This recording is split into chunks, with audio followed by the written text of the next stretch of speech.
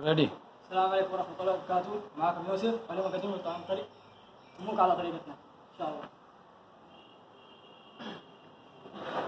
أول شيء نضيف هذا الشيء هنا الكب هذا على حسب الكمية اللي نحن نبغاها في الموضوع.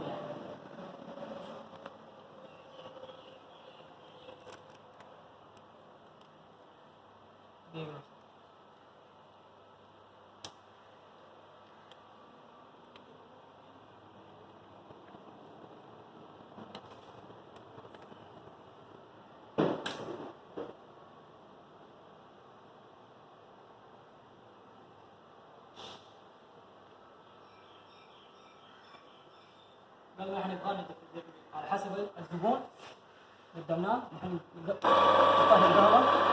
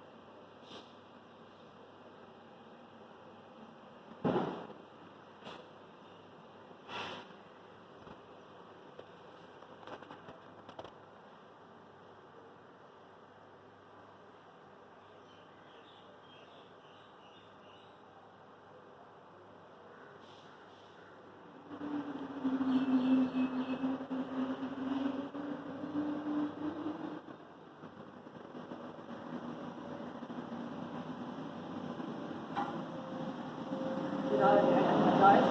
هذا بس الحليب هذا نضيف عليه. بسم الله.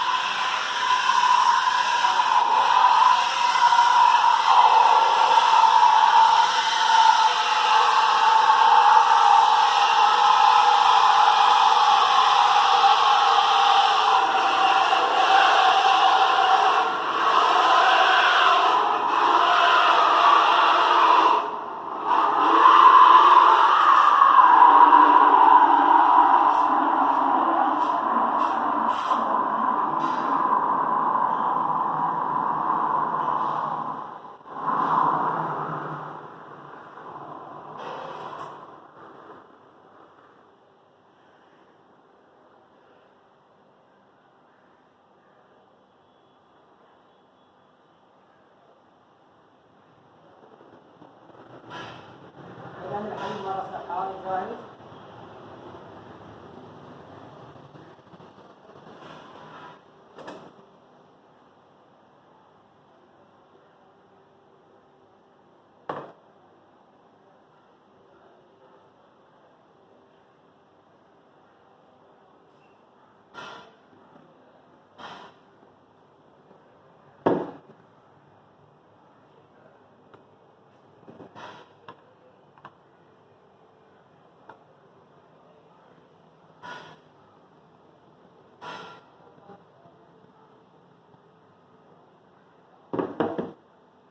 بعد وجهة نظرك.